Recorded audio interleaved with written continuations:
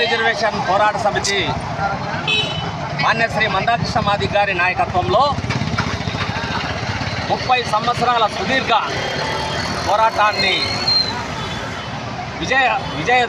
విజయ శిఖరాలకు నడిపించినటువంటి మాన్యశ్రీ మందాకృష్ణ మాదిగ గారికి పాదాభివందనం తెలియజేసుకుంటూ ఈరోజు సుప్రీంకోర్టు ఇచ్చినటువంటి తీర్పుని బట్టి మాలా మాదిగ ఉపకులాల్లో ఉన్నటువంటి అనైక్యతగా ఉన్నటువంటి ప్రభుత్వ విధానాలన్నింటినీ కూడా ఒక కులమే అర్జిస్తున్నటువంటి దానికి అనుగుణంగా మరి వాళ్ళు సుప్రీంకోర్టుకు వెళ్ళారు. దాని యొక్క విధానాలని బయటపెట్టే విధంగా ఈరోజు సుప్రీంకోర్టు తీర్పు ఇచ్చింది. అంటే జనాభా దామాషా ప్రకారంగా ఎస్సీ వర్గీకరణ అమలు పరచుకోవాలనేటువంటి ఉద్దేశాన్ని కేంద్ర ప్రభుత్వాలు చేసుకోవాలనేటువంటి తీర్పుకి చెంపపెట్టుగా ఈరోజు 7 మ్యాన్ కమిటీ ధర్మాసనం తీర్పు ఇవ్వడం జరిగింది.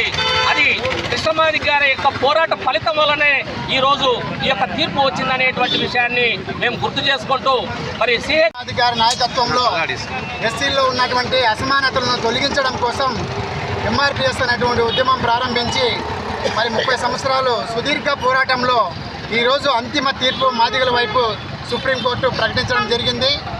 59 కులాలకు సమన్యాయం జరగాలనేటువంటి విద్యోగ రంగాల్లో అనేక రంగాల్లో ప్రభుత్వ పరంగా వచ్చేటువంటి అనేక అవకాశాలను మాదిగలో ఉన్నటువంటి 59 ఉపకులాలు సమానంగా పంచుకోవడం కోసం సమగ్ర అభివృద్ధి కోసం ఈరోజు కృష్ణమాదిగ గారు పోరాటం అయితే చేశారో దాని ఫలితంగానే సుప్రీంకోర్టులో ఈరోజు తీర్పును వెలువడం అందరికీ సంతోషకరమైనటువంటి విషయం.